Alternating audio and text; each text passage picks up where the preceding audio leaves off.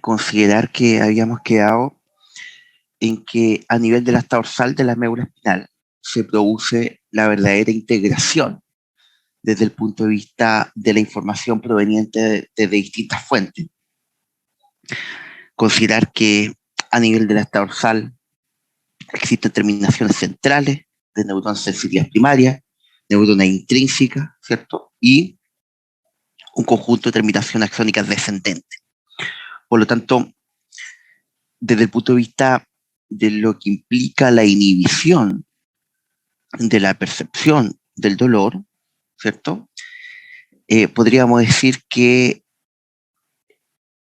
esta es una instancia en donde la suma algebraica de los potenciales de acción de las distintas neuronas que están en juego, si esa suma algebraica da positividad, se sigue transmitiendo este potencial, y si da negativo, se inhibe, ¿ya? Y esto está dado básicamente por la acción de estos opioides endógenos que van a favorecer el bloqueo de la transmisión de los estímulos no receptivos. Y por eso que se señala que esta región ya es el primer lugar de integración sináptica de la información no receptiva proveniente de la periferia, en donde confluyen también estímulos centrales para favorecer realmente lo que sería el bloqueo de la transmisión de estos estímulos. Bajo esa perspectiva, nosotros debemos ponderar algunos elementos asociados a el rol que juegan distintos tipos de células, en este caso las células de la glía, a modo de comprender en términos profundos y no solo superficiales qué es lo que está ocurriendo en el marco de la modulación de la percepción del dolor. Entonces, eh, a nivel de la dorsal de la médula espinal, ¿cierto? Existen células de la glía en el sistema nervioso en general, ¿cierto? Y estas células de la glía, recordar que tienen distintas funciones. En términos genéricos podríamos señalar que son células del sistema nervioso que desempeñan principalmente la función de soporte. Por otro lado, van a intervenir en el procesamiento cerebral de la información del organismo. Eh, las células de la glía controlan el microambiente celular, por lo tanto, tributan a la homeostasis. Eh, por otro lado, podríamos señalar que controlan la cantidad de neurotransmisores y el suministro de ciertos factores de crecimiento. Si nos restringimos a la proporción de neuronas y células gliales en el sistema nervioso, podríamos señalar que varían en las diferentes especies. Por ejemplo, en el ser humano, por cada neurona existen cerca de 10 a 50 células de la glía. En cambio, en una mosca, como dato anecdótico, por cada 10 neuronas solo existe una célula de la glía. Y en el cocodrilo, unos a uno. Por lo tanto, en el hombre, en el ser humano, el hecho que existe una gran proporción de estas células, evidentemente que permite mantener regulado el ambiente en el cual van a interactuar las neuronas. Y bajo esa perspectiva, estas células de la glía, en el contexto de la modulación de la percepción del dolor, tributan a mantener los niveles extracelulares de glutamato en función de su recaptación. Y nosotros asumimos que el glutamato es un neurotransmisor pronociceptivo que es capaz de estimular las neuronas no receptivas de segundo orden, o sea, las neuronas que están en el asta dorsal de la médula espinal. En general, las células gliales están normalmente inactivas. Sin embargo, cuando existe una estimulación receptiva repetitiva, en el marco del dolor agudo, en términos cronológicos, en el marco del dolor receptivo, en términos neurofisiológicos, ¿cierto? O incluso en la medida que esto se mantiene en el tiempo, por lo tanto, podríamos señalar que este fenómeno de activación de las células de la glía se manifiesta en mayor magnitud en cuadros de dolor crónico, ¿cierto? va a existir un fenómeno que va a ser diferenciado dependiendo de la etapa en términos temporales de percepción de dolor que presenta el usuario. En una etapa inicial, su rol va a ser recaptar el exceso de neurotransmisores proinceptivos. Me refiero en una etapa inicial a la percepción de dolor. Sin embargo, si esto se mantiene en el tiempo, estas células podrían entrar en disfunción. Y en vez de recaptar, liberan el neurotransmisor al ambiente extracelular, y eso condiciona que exista una estimulación proinceptiva que se mantiene en el tiempo. Por lo tanto, no es trivial el rol que tienen estas células dependiendo del intervalo de tiempo en el cual la persona perciba dolor, más aún si esto proviene de un estímulo pronoceptivo que inicialmente se gatilla en la periferia. Bajo esta perspectiva, ¿cierto? Nosotros acá podríamos observar lo que está ocurriendo desde el punto de vista de este sistema de soporte. En esta imagen podríamos nosotros apreciar que las neuronas están dispuestas en color azul y se van a mezclar con dos tipos de células gliales. Están los astrocitos color rojo y los oligodendrocitos color verde. ¿Ya? Esta es una imagen de microscopía de inmunofluorescencia del tejido de hipocampo de una rata. Entonces, podemos apreciar que existe una verdadera interacción entre neuronas y las células de la glía que podrían favorecer que se acelere o se ralentice las señales eléctricas en el contexto de las conexiones neuronales que existen a nivel del tejido nervioso. Por lo tanto, las células de la glía no solo tienen un rol en el marco de lo que es la homeostasis, de controlar el ambiente extracelular, sino que también se ha descubierto que pueden favorecer el aprendizaje y la memoria. Y eso es maravilloso, asumiendo cuáles son los efectos eventualmente que esto podría generar. Considerando esa situación, ¿cierto? Analicemos este video en donde los neurocientíficos comenzaron a notar desde los años 90 que las células de la glía eran algo más que el apoyo, en definitiva, para la neurona. Y de hecho, un grupo de investigadores en la Universidad de Stanford, según mal no recuerdo, tenían la hipótesis de que las células de la glía podían comunicarse. Y esta comunicación, evidentemente, que era a través de señales químicas, así como las neuronas también lo hacen. Y se generó un preparado de células de la glía en el marco de la experimentación y poder ponderar qué es lo que ocurre con las células de la glía, ¿cierto? Y en este preparado se virtió glutamato. Y habían en este preparado, ¿cierto? Astrocitos que estaban modificados para brillar cuando el calcio aumentaba. Entonces, cuando estas gotas de glutamato cayeron sobre este preparado, inmediatamente las células de la glía comenzaron a brillar. Y paulatinamente comenzaron a brillar más. Y se produjeron básicamente olas de fluorescencia que se empiezan a mover, ¿cierto? En este conjunto de células que ustedes visualizan. Por lo tanto, podríamos señalar que el glutamato estimuló a los astrocitos para liberar iones de calcio que estaban etiquetados, ¿cierto?, para florecer. Y podríamos señalar, por lo tanto, que las células gliales utilizan para comunicarse el calcio. Entonces, acá ya no solo estamos hablando de que estas células tienen un rol en mantener la homeostasis, sino que también se comunican. Y en ese contexto, estas células van a tener un rol muy importante en el aprendizaje de la memoria.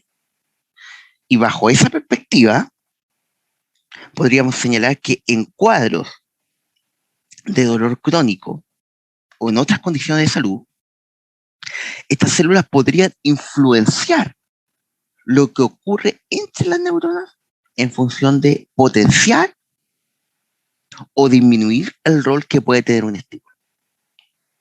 Y como les dije antes, en el contexto de dolor crónico, por si fuera poco, en donde de acuerdo a lo que ya hemos visto, se generan bucles de reexcitación en el asta dorsal de la médula espinal.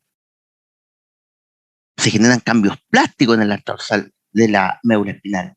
Se genera una disfunción si nos restringimos desde el punto de vista neurofisiológico al dolor neuropático. Y en ese contexto, esa disfunción también perjudica a estas células que en vez de recaptar el exceso de glutamato, neurotransmisor pronoceptivo, lo liberan, favoreciendo aún más que se pueda gatillar un estímulo no disruptivo que potencialmente podría ser percibido como dolor. Bajo esa perspectiva, analicemos este artículo en donde se señala que la depresión podría, ¿cierto?, generar disfunción de las células gliales.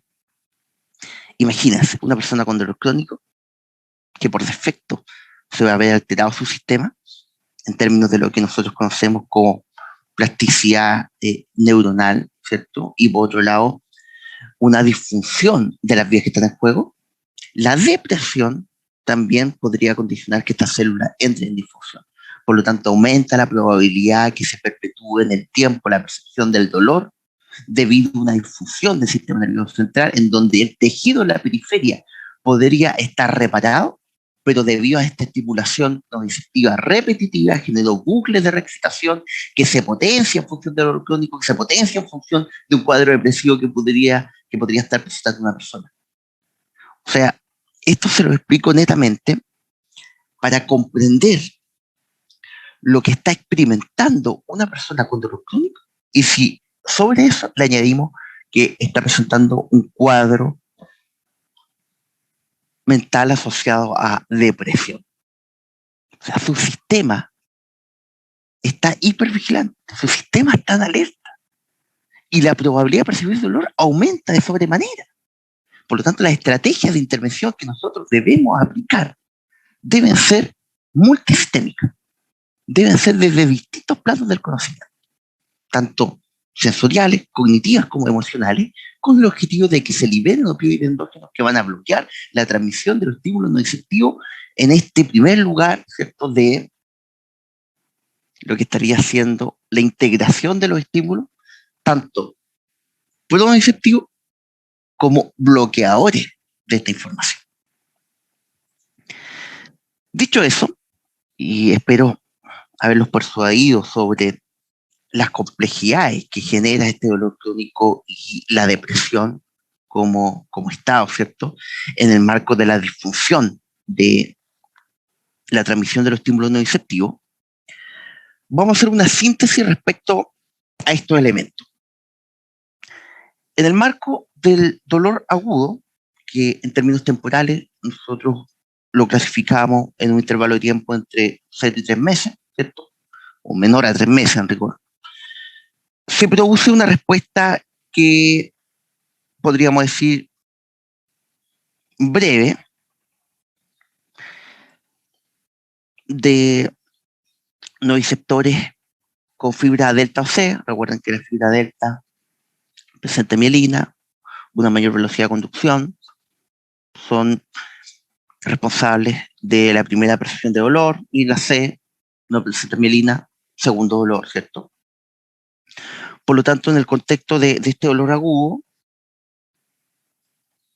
los receptores que están unidos a este tipo de fibra se van a activar y eso permite la entrada de iones sodio en la neurona de segundo orden debido, ¿cierto?, a la estimulación de la neurona de primer orden, adepto C, y se propaga el potencial de acción. Y eso eventualmente nosotros lo podríamos percibir como dolor, ¿cierto? A nivel de los centros de la percepción cortical de la nocicepción. Sin embargo, ¿cierto? Esta es la respuesta normal. Pero la pregunta es, ¿qué ocurriría si esto se mantiene en el tiempo? ¿Qué ocurriría si traspaso estos 3 meses como referente temporal respecto a qué es lo que pudiera estar ocurriendo en mi sistema? Entonces, vamos a analizar dos fenómenos. Uno se relaciona con los cambios plásticos tempranos y luego otro con los cambios plásticos tardíos que ya hemos dado luces en esta serie de instancias asincrónicas y también en la instancia sincrónica. En el marco del dolor crónico, ya sabemos que existen cambios moleculares, cambios estructurales, cambios funcionales, ¿cierto? Y en función de un estímulo nociceptivo exagerado, se inicia una cascada de fenómenos electrofisiológicos de potenciación sináptica en el marco de lo que son las neuronas intrínsecas de la dorsal. Y este fenómeno tiene un nombre que se llama Win-Up, ¿ya? Y este fenómeno de Win-Up se asocia a estos cambios plásticos tempranos en lo que estaría siendo la señalización intracelular. Y si estos cambios se mantienen en el tiempo, ¿cierto? De hecho, más de 6 meses al año, desde el punto de vista de la percepción de dolor por parte de una persona, por estimulación o bucles de reexcitación, se van a generar eventualmente cambios en la expresión génica. Eso conlleva a modificaciones duraderas de la estructura, o sea, cambia la conectividad sináptica espinal y cambia también la función, dando lugar a lo que nosotros conocemos como sensibilización central, y eso podría favorecer lo que nosotros conocemos como cambios plásticos tardíos.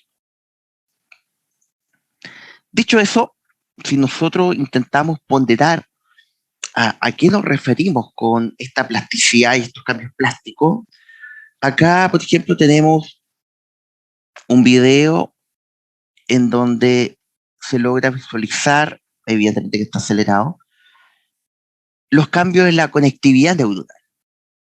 No necesariamente neurogénesis, pero sí cambios en la conectividad.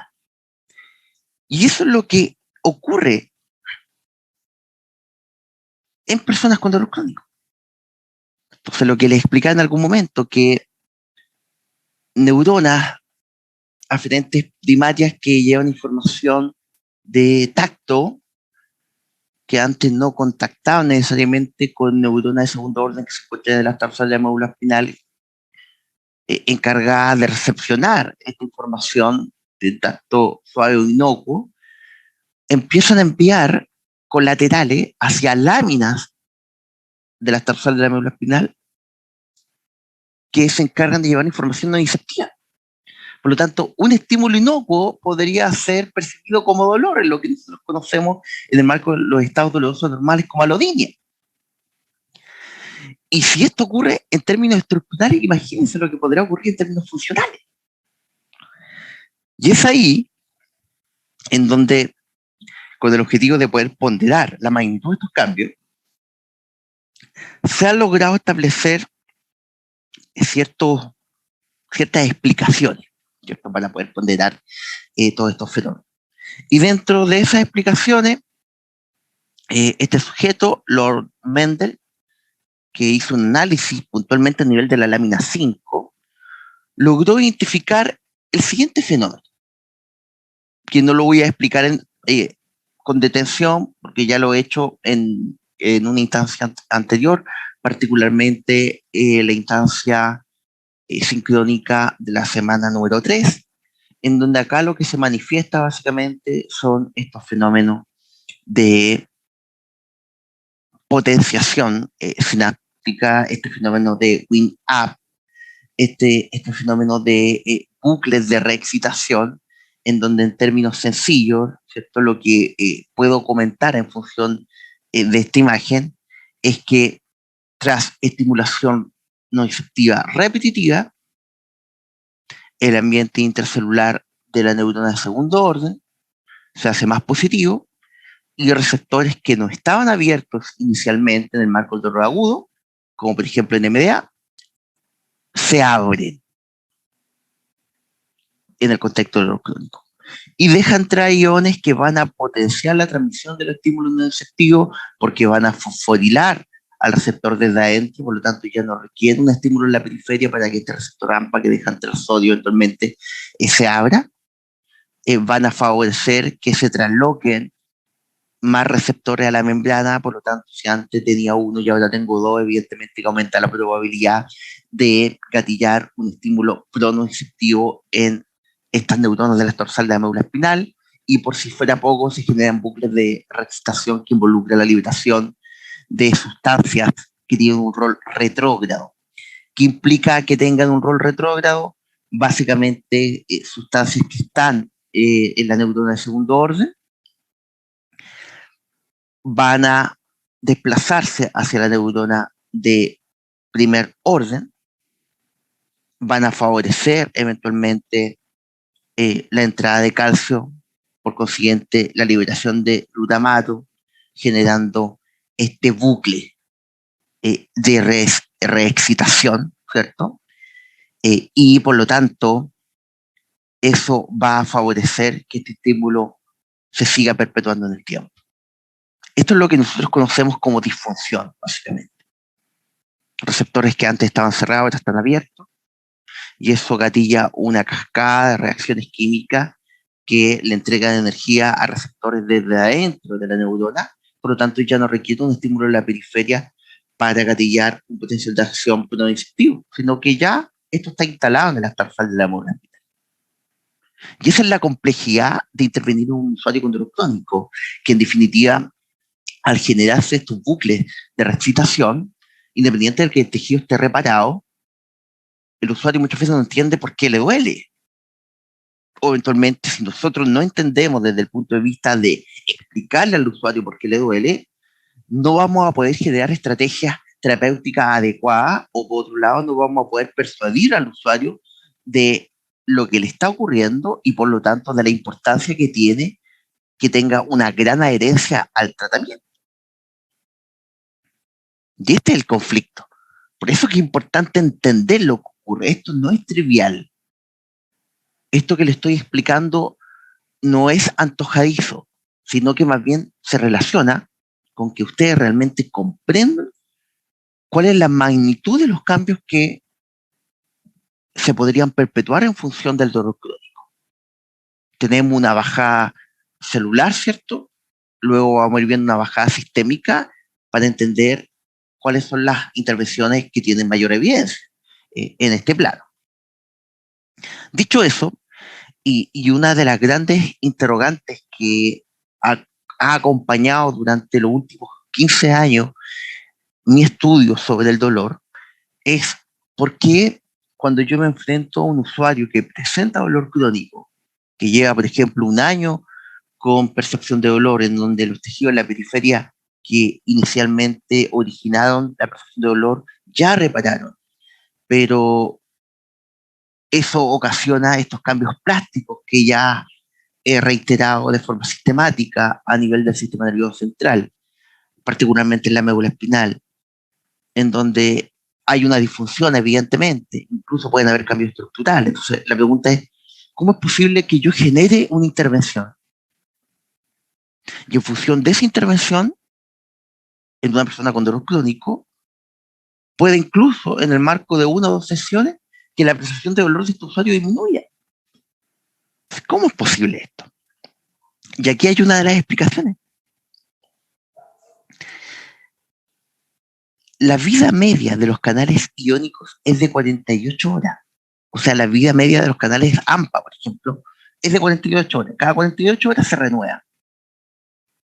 Cada 48 horas estos canales de sodio se reemplazan.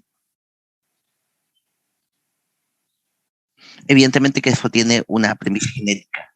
una premisa biológica, me da igual. Por lo tanto,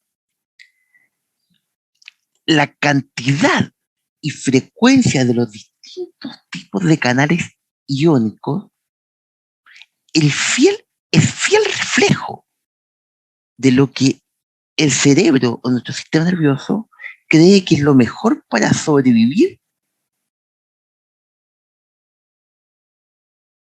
en un tiempo determinado.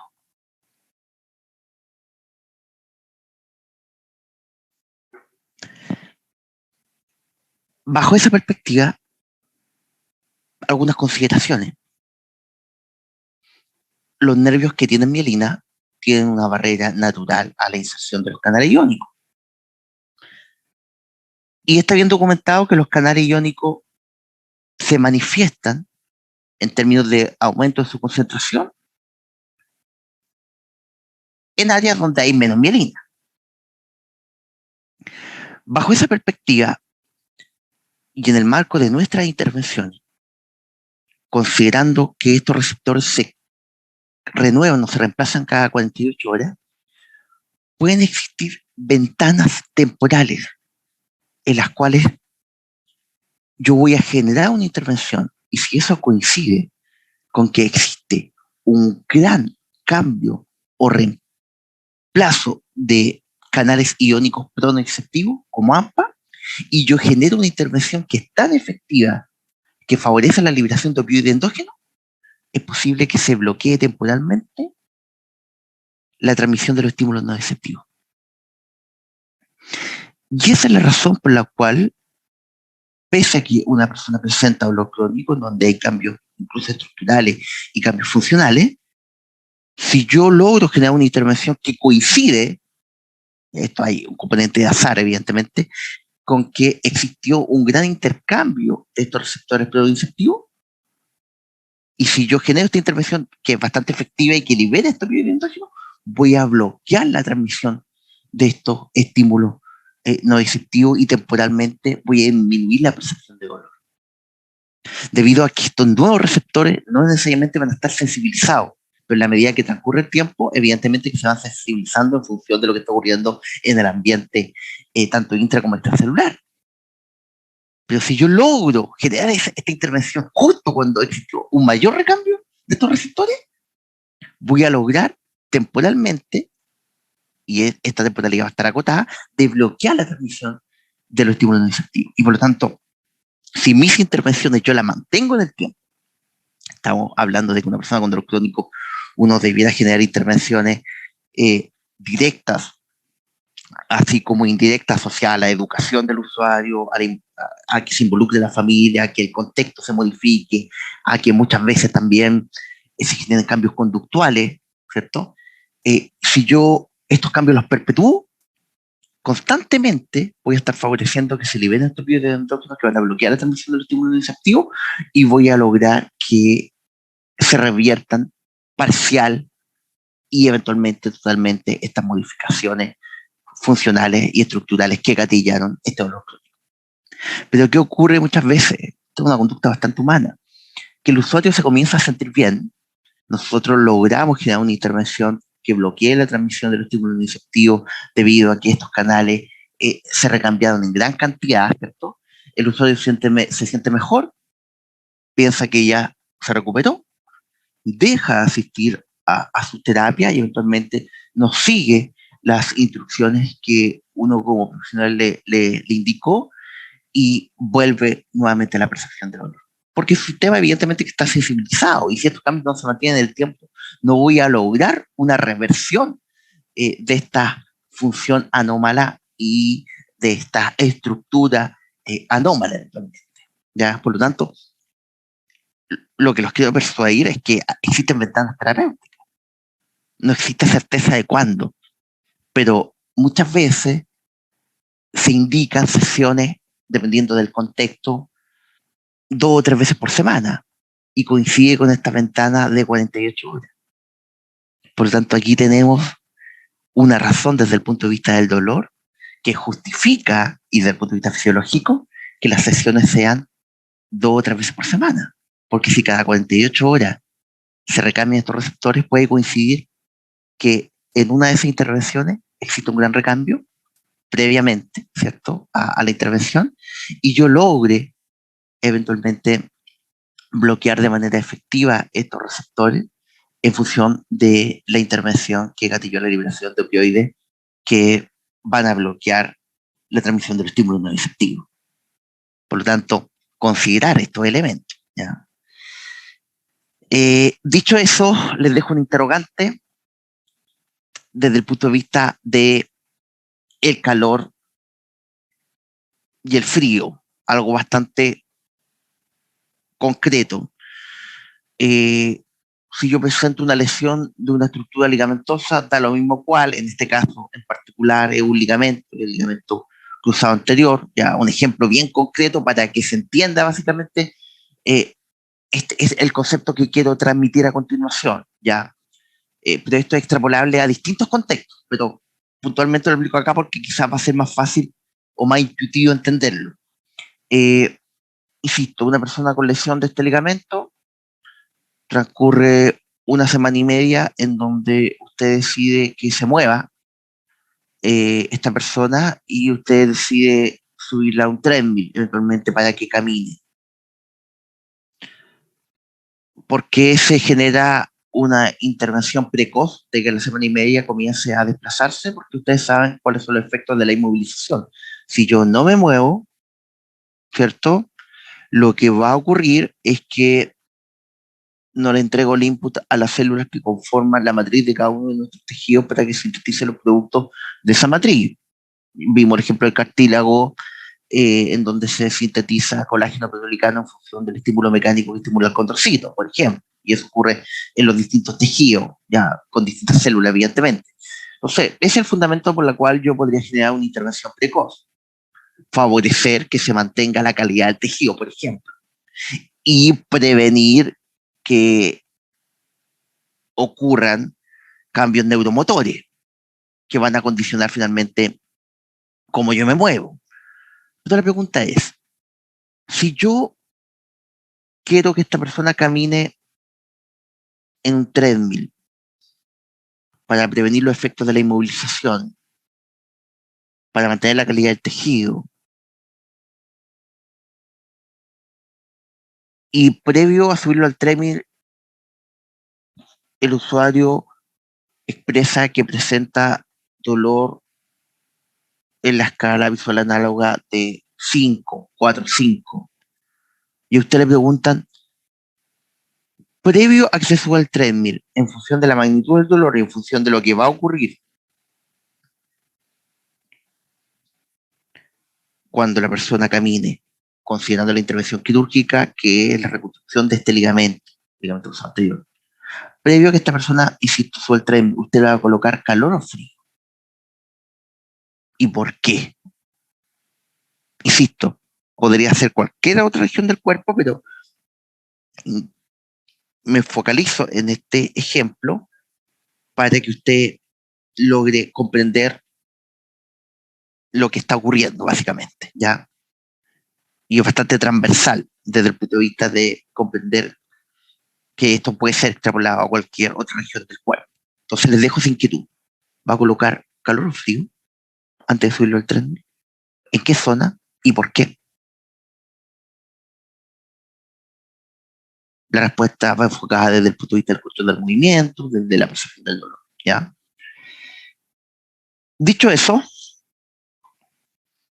nosotros asumimos, ¿cierto?, que los cambios plásticos tempranos pueden evolucionar a cambios plásticos tardíos, y en el marco de estos cambios plásticos tardíos, básicamente lo que existe son modificaciones de la expresión génica, cambio en la conectividad sináptica, cambio en la función receptiva, y eso va de la mano con aumento de la síntesis e inserción de canales dependientes del voltaje protoinceptivo, canales de calcio, aumento de receptores posinápticos para neurotransmisor protoinceptivo, NMDA-AMPA, incremento de la síntesis de enzima implicada en mediadores protoinceptivos como COX-2 y óxido nítrico sintetasa, que tiene un rol retrógrado. En síntesis,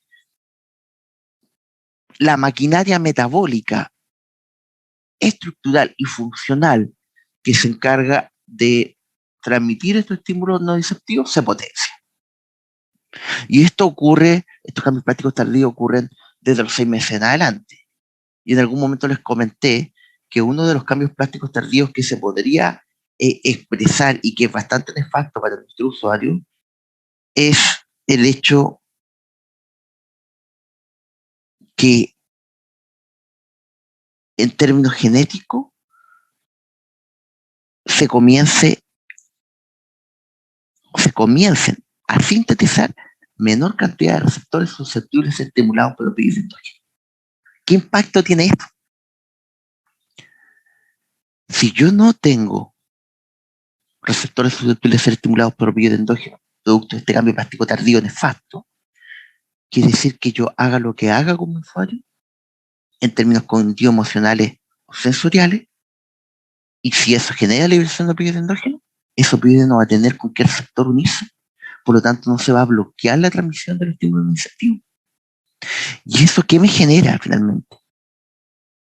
Que el usuario va a seguir percibiendo dolor. Y muchas veces puede ser frustrante.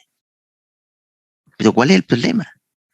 Que la única forma de identificar que ese cambio plástico se está expresando es con un estudio genético, lo cual es bastante caro por lo demás. Por lo tanto, es poco viable. Y hay veces en donde nosotros nos vamos a enfrentar a usuarios que uno intenta todo lo posible, un trabajo interdisciplinario, y no se logran resultados satisfactorios.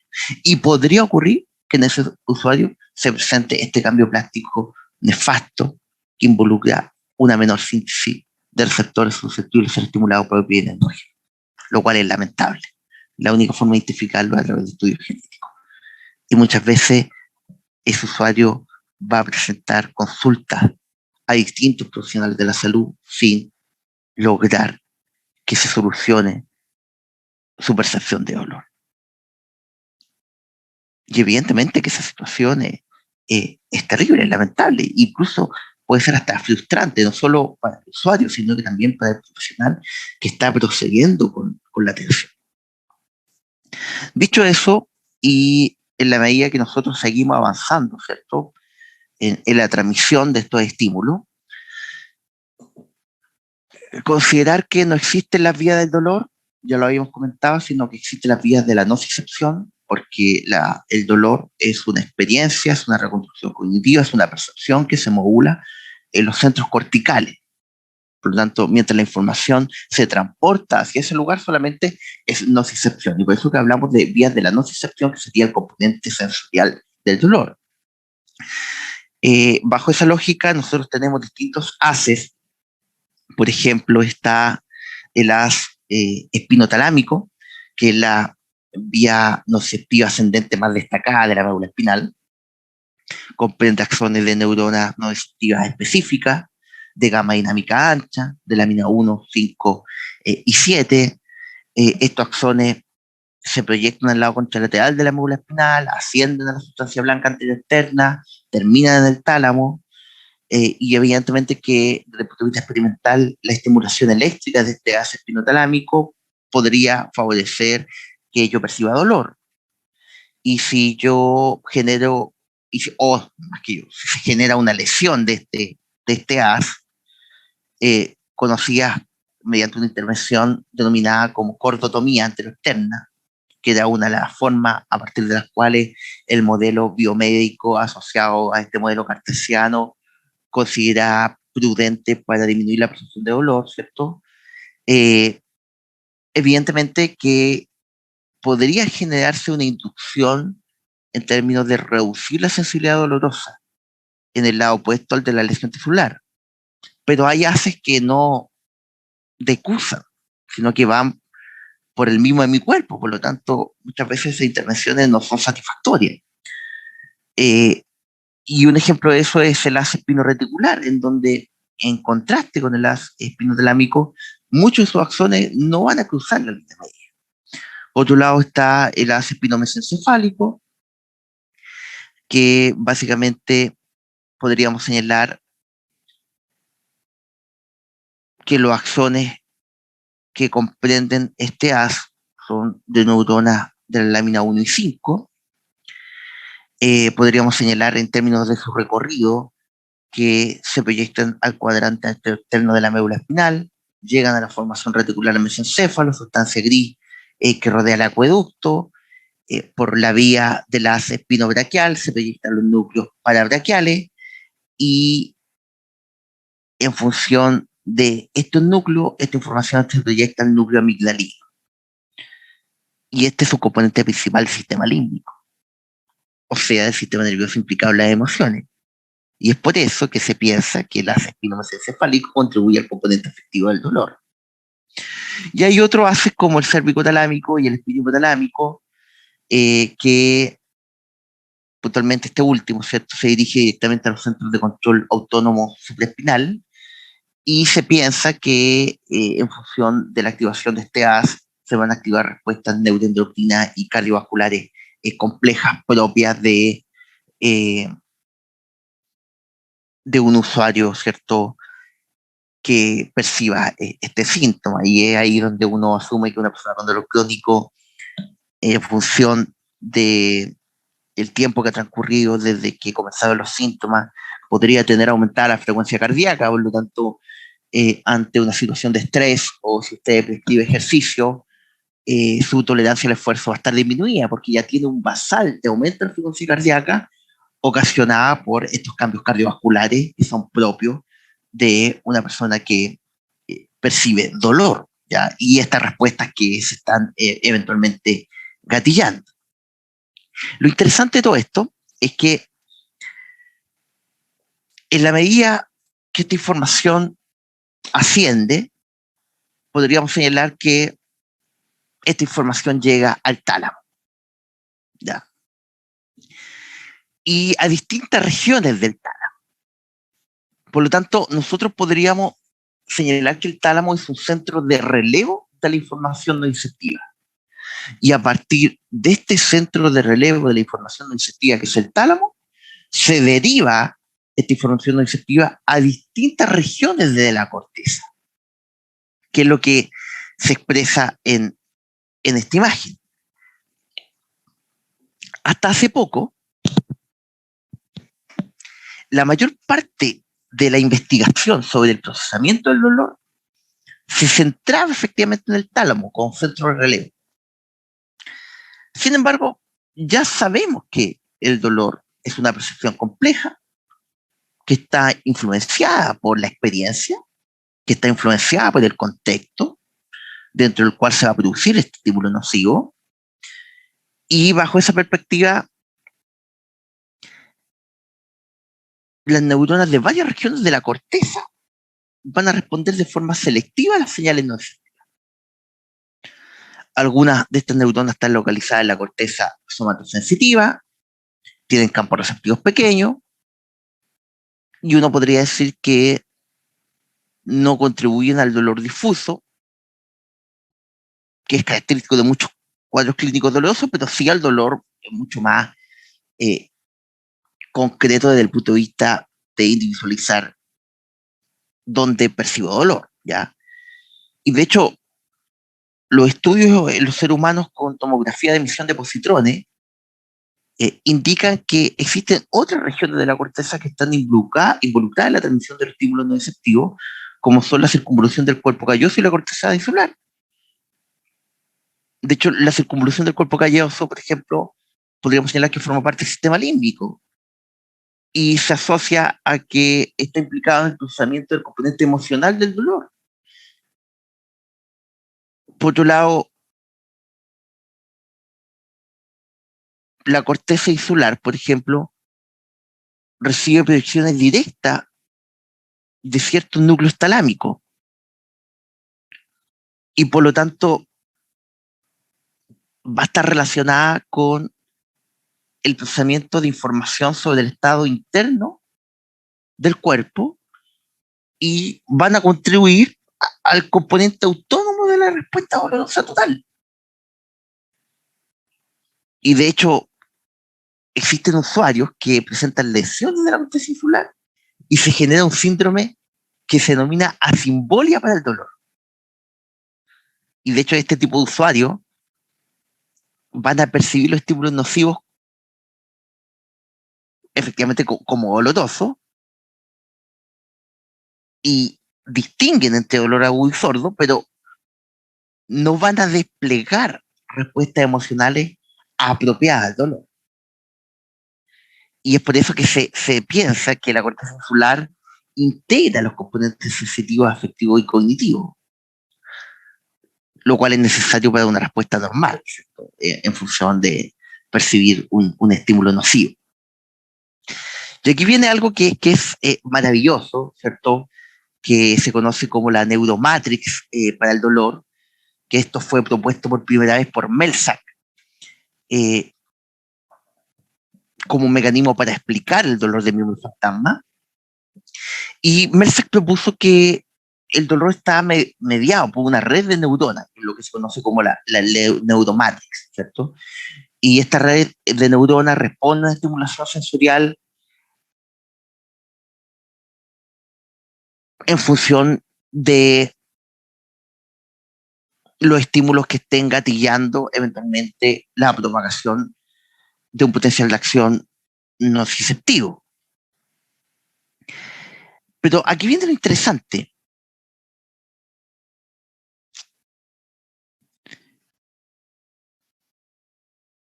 Esta neuromatrix no solo incorpora el componente sensorial, sino que también, considerando la cantidad de estructuras que se están activando, incorpora el componente afectivo, el componente motriz, los elementos cognitivos que son parte de la experiencia del dolor. Y en ese marco, Melzack propuso que existía una matriz bastante extensa que incluye por lo menos 3 circuitos neuronales en el cerebro. Uno de ellos es la vía sensorial clásica, el segundo circuito son las vías a través de la base del cerebro al sistema límbico y el tercero eh, asociado a regiones de asociación parietal. Entonces, todos estos sistemas se activan o se ha demostrado que se activan en distintos estudios del dolor. Y ya hoy en día, ¿cierto? Gracias a técnicas de neuroimagen, ¿ya? Y un ejemplo de ello es el video que ustedes ven, que es una tactografía cerebral,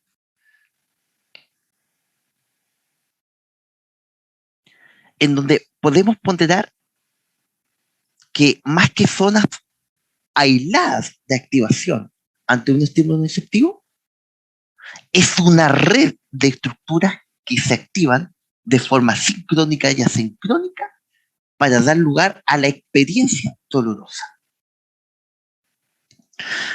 Y bajo esa lógica, con el objetivo de comprender los cambios que sufre el cerebro y cómo influye el procesamiento del dolor en otras funciones cerebrales eventualmente, particularmente el movimiento, es que hemos recorrido durante esta semana cómo se produce el dolor. Si bien hace más de una década que Melzack dio a conocer su modelo de la neuromatrix del dolor, y eso generó múltiples investigaciones, ¿cierto?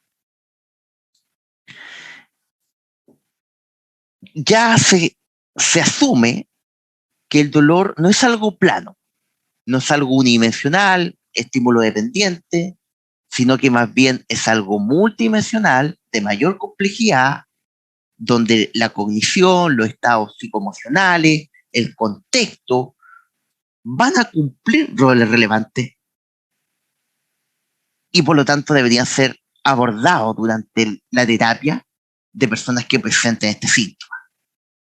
Y en ese marco, ya uno de los investigadores más actualizados, con los cuales me he formado, ¿cierto? Particularmente Lorimer Moseley, define la neuromatrix como una combinación de mecanismos corticales y subcorticales que se van a activar para producir la experiencia del dolor frente a situaciones amenazantes para la integridad tisular.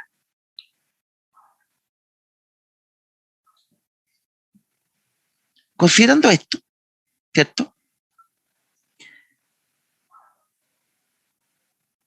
Existe relación entre distintas estructuras cerebrales, que es lo que se conoce como la matrix del dolor o la matriz neuroanatómica del dolor, lo que nos indica que no existe solo un centro encargado del procesamiento de este tipo de información, sino que existe una serie de regiones cerebrales que se activan para generar un producto. Y ese producto es esta experiencia, es esta reconstrucción, es esta percepción, que es el dolor. Si nosotros somos aún más certeros en la estructura que están implicadas en el procesamiento de la información no disruptiva, en base a investigaciones de neuroimagen, se han logrado identificar, ¿cierto?, algunos circuitos de personas que sufren dolor agudo y crónico, de cuáles son las estructuras que se van a activar. Y por lo tanto, nosotros podríamos señalar que la neuromatrix del dolor va a estar compuesta por la corteza somatosensorial secundaria bilateral y primaria contralateral al estímulo, la corteza insular, la corteza cingular anterior, el cerebelo, el tálamo, la corteza prefrontal, el área motora suplementaria, los ganglios basales, el córtex parietal posterior, y todas estas se clasifican en tres dimensiones: cognitiva, sensorial y emocional. Por lo tanto, esta neuromatrix del dolor se activa cada vez que se percibe una amenaza potencial, real o imaginada de daño tisular. Insisto, se activa cada vez que se percibe una amenaza potencial, real o imaginada de daño tisular. O sea, son múltiples estructuras que van a interactuar y que da lugar a estas tres grandes dimensiones del dolor, en donde nuevamente les señalo que el contexto del usuario, el estado cognitivo, ahí nosotros ya podríamos intuir que educar al usuario es súper importante para disminuir, insisto, la ansiedad, el miedo, el catastrofismo, el estrés de por qué me duele, si ha pasado tanto tiempo. Ustedes ya saben ahora por qué le duele. Pueden haber bucles de reexcitación. Por lo tanto, lo único que me queda es generar una intervención interdisciplinaria desde distintos planos del conocimiento, si es posible, para favorecer la liberación de opioides endógenos que van a bloquear la transmisión del estímulo nociceptivo, asociado a que ojalá no se haya expresado este cambio plástico tardío que es nefasto, que yo sintetizo menor cantidad de receptores susceptibles de ser estimulados por opioides endógenos. Pero solo ocurre, por suerte, en el 1% de los usuarios con dolor crónico.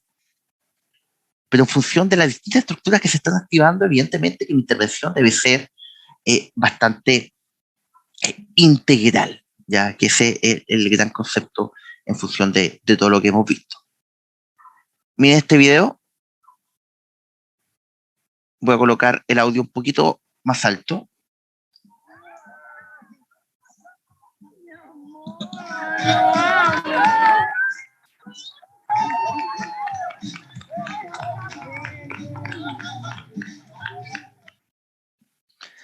La pregunta es, ¿qué está ocurriendo ahí? ¿Qué está ocurriendo ahí? Un usuario adulto mayor con 2 bastones, sin embargo, en función de un estímulo auditivo que muy probablemente gatilla la activación de distintas regiones asociadas a la cognición y a la emoción, condiciona que presente una performance motora que no tiene un correlato con el uso de los bastones, necesariamente. Usuario adulto mayor, polifarmacia. Pero ese estímulo auditivo fue tan potente que yo imagino, cada vez que veo este video, como esa sopa de células de la glía a la cual se le vierte glutamato y estas células de la glía se comienzan a comunicar liberando este calcio al ambiente extracelular. Acá debe estar ocurriendo algo maravilloso a nivel de la corteza y de las distintas estructuras subcorticales de este usuario, considerando, ¿cierto?, el efecto que está teniendo este estímulo para favorecer que su movilidad mejore y que su percepción de dolor también se atenúe. De hecho, después le hicieron entrevistas a este usuario, y que fue motivo de estudio por lo demás, respecto a cuál era su percepción de dolor basal. Y él indicaba que presentaba dolor en distintas regiones de su cuerpo de 0 o de 1 a 10, de 6, 5, pero que era constante. Sin embargo, en ese minuto, en función de ese estímulo auditivo, para él debe ser tan potente ese recuerdo, esa experiencia, que la percepción del dolor, de acuerdo al reportaje que le hicieron, ¿cierto?, disminuyó a prácticamente 0, pero a su vez mejoró su performance motora. O sea, imagínense, un estímulo muchas veces tan inocuo como un estímulo auditivo condiciona cambios. Miren cómo se toman los pelos. O sea, debe ser muy potente este estímulo auditivo. Y eso nos indica que el arsenal terapéutico va desde cosas tan simples que le hagan sentido al usuario hasta cosas evidentemente más complejas que vamos a ir analizando.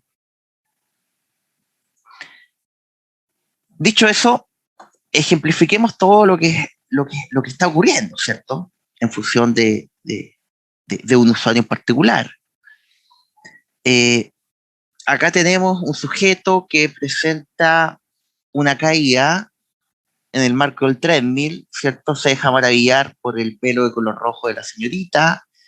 Eso genera que, desde el punto de vista de la dualidad de tarea, sus recursos de atención se dirigen hacia la performance física de la señorita y se altera lo motor. Ahí hay una competencia, ¿cierto? Dualidad de tarea. Un estímulo cognitivo compite con un estímulo motor, predomina el cognitivo, le quito recursos a lo motor y genera la caída. Pero la pregunta es, ¿su percepción de dolor habrá sido alta? Muy probablemente que su percepción de dolor es baja y lo que predomina es la vergüenza, predominan otros componentes. Predomina la parte cognitiva, predomina la parte emocional desde el punto de vista de qué pensar el resto sobre su caída. Y se pone a hacer algo que es básicamente estúpido, ¿cierto? Que es hacer flexiones de brazos para hacer creer a la gente que lo está haciendo a propósito y que no fue realmente una caída para no quedar en vergüenza. Y muchas veces eso no ocurre. Que quizás el golpe, el estímulo mecánico, ¿cierto?, puede haber sido bastante alto, pero si el contexto es amenazante para mi integridad, no estoy en un contexto protegido, lo que voy a hacer eventualmente es levantarme de manera abrupta y quizás luego la percepción de dolor se va a manifestar en mayor magnitud cuando ya estoy seguro, ¿cierto? Cuando la amenaza en términos de la vergüenza no es tan manifiesta y ahí voy a percibir quizás más dolor. Pero los contextos evidentemente son importantes. Y es ahí donde surge la siguiente inquietud. ¿Puede existir dolor sin nocicepción? ¿Qué me dirían ustedes? ¿Podrá existir dolor sin nocicepción? Entonces, vamos a intentar ver un video asociado a esto. Miren, no sé si se verá. A ver, vamos a intentar tomar los resguardos por si acaso, si es que no se ve. Voy a compartirle esa pantalla. Ahí debería estar viendo el video.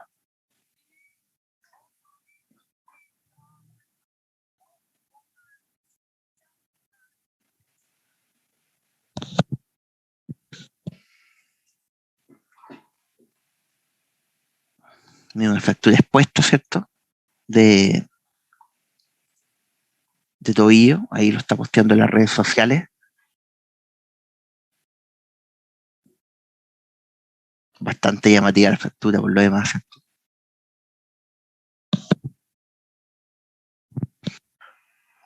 Lo importante es que vean este este video en el marco de la clase, ¿cierto? Cuando estén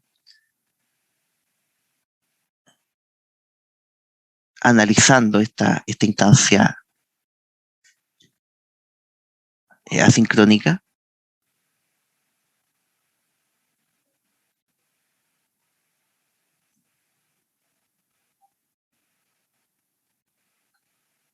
Nada bueno puede salir de eso, la verdad.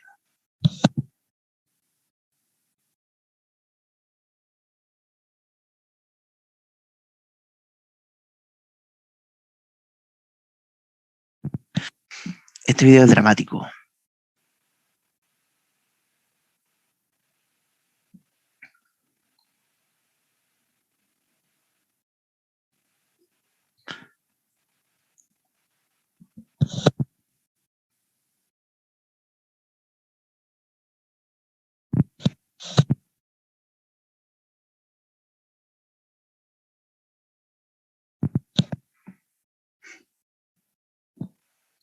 Esto es una estupidez, de hecho. Extraño que alguien haga eso. Sin embargo, de lo que los intento persuadir es que puede existir dolor sin nocicepción. Evidentemente que esa situación sí puede existir.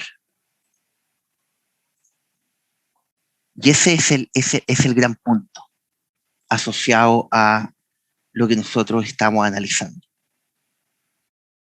Puede existir dolor sin nocicepción.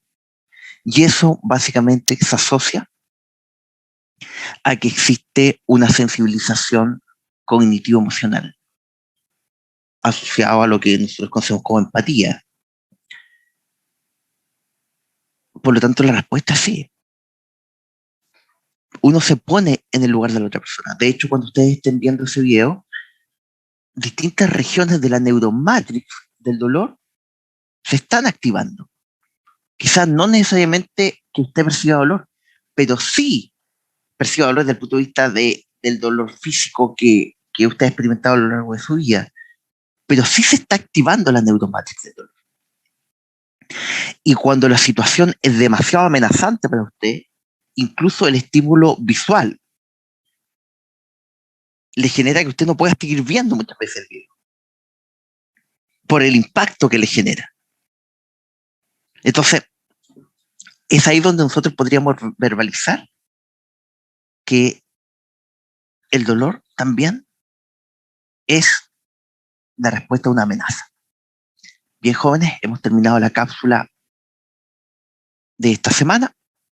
Nos veremos en la siguiente instancia sincrónica. Que estén muy bien.